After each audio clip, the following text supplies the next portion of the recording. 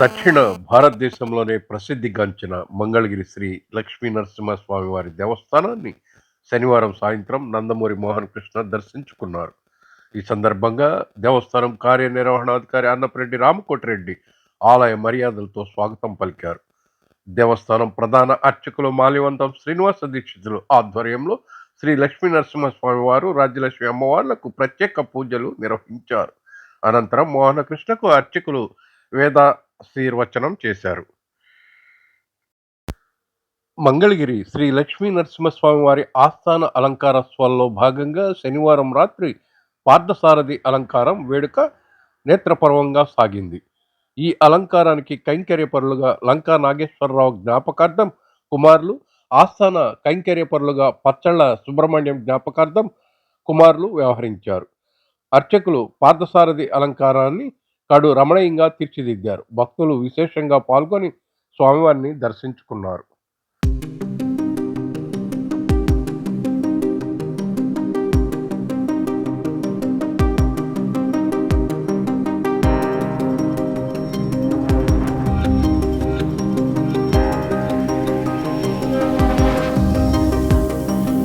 జయ నారసింహ జయ జయ నారసింహ.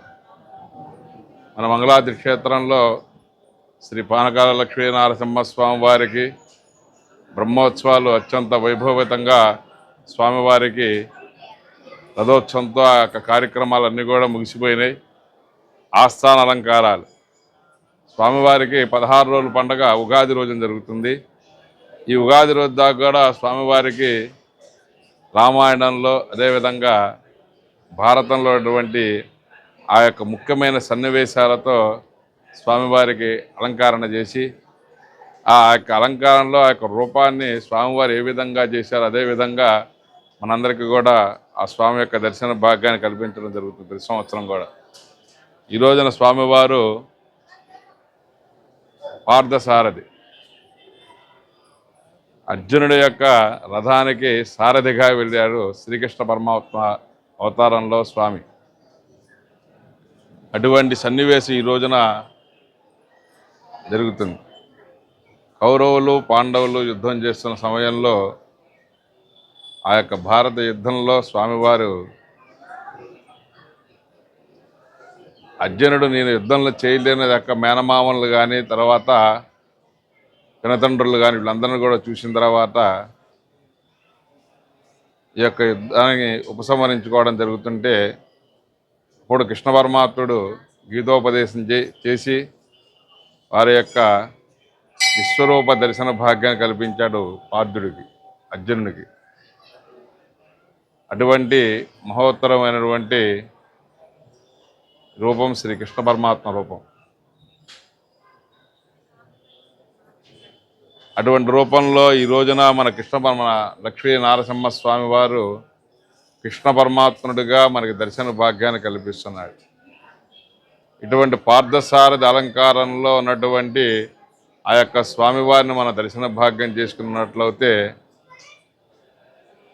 ఈ యొక్క అశ్వము అనేది గుర్రాలు, దీనికి చెంచల మనస్తత్వం ఎక్కువ. అది ఒక చోట తిరుగుతూ ఉంటుంది. అదేవిధంగా మన మనసు కూడా చంచలత్వం చెందుతూ ఉంటుంది. అనేకమైనటువంటి కోరికలతో కూడా తిరుగుతూ ఉంటుంది. అటువంటి చంచలత్వాన్ని స్వామి ఆ యొక్క అశ్వాన్ని ఏ విధంగా అయితే పగ్గాలు చేతితో పట్టుకొని వాటిని సన్మార్గంలో నడిపించారో అదేవిధంగా ఆ యొక్క పార్థసారథి అలంకారం అటువంటి ఆ యొక్క సారథి యొక్క రథసారథిగా ఉన్నటువంటి శ్రీకృష్ణ పరమాత్మ దర్శన భాగ్యం చేసుకుంటే మన మనసుల్లో ఉన్నటువంటి చంచలత్వాన్ని పోగొట్టి స్థిరత్వంగా ఉండే విధంగా మన అందరినీ కూడా సన్మార్గంలో ఏ విధంగా అయితే నడవాలో అదేవిధంగా నడిపించే విధంగా స్వామి మనకి అనుగ్రహిస్తూ ఉంటారు. కాబట్టి అటువంటి పార్థసారథి అనేటువంటి ఆ యొక్క స్వామివారి దర్శన భాగ్యాన్ని చేసుకొని మనందరం కూడా ఆ యొక్క స్వామి యొక్క కృపా కటాక్షాలు పొందుతూ సన్మార్గంలో నడుస్తూ మనం కూడా ధర్మానికి ప్రతీతగా మనం కూడా ధర్మం చేస్తూ అందరికీ కూడా మంచి రూపాంతరంగా ఉండాలని చెప్పి స్వామి యొక్క దివ్యమంగళ శాసనాలు అందరికీ కూడా ప్రతినిత్యం కూడా ఇదే విధంగా స్వామివారికి రోజు ఒక అలంకారం జరుగుతుంది ఉగాది పండుగ దాకా. ప్రతిరోజు కూడా భక్తులందరూ సాయంత్రం 7 గంటల నుంచి 8 గంటల వరకు వచ్చి ఆ యొక్క అవతారంలో శ్రీ పానకాల లక్ష్మీనరసింహస్వామి యొక్క దర్శన భాగ్యాన్ని చేసుకొని వారి యొక్క పాదపద్మాలకి శిరస్సు వంచి నమస్కరించి మీ యొక్క కోరికలు విన్నవించుకున్నట్లయితే స్వామివారు సకాలంలో తీరుస్తారని చెప్పేసి మన మంగళాద్రి పురాణంలో చెప్పబడింది. కాబట్టి భక్తులందరికీ కూడా స్వామి యొక్క దివ్య మంగళాశాసనాలు.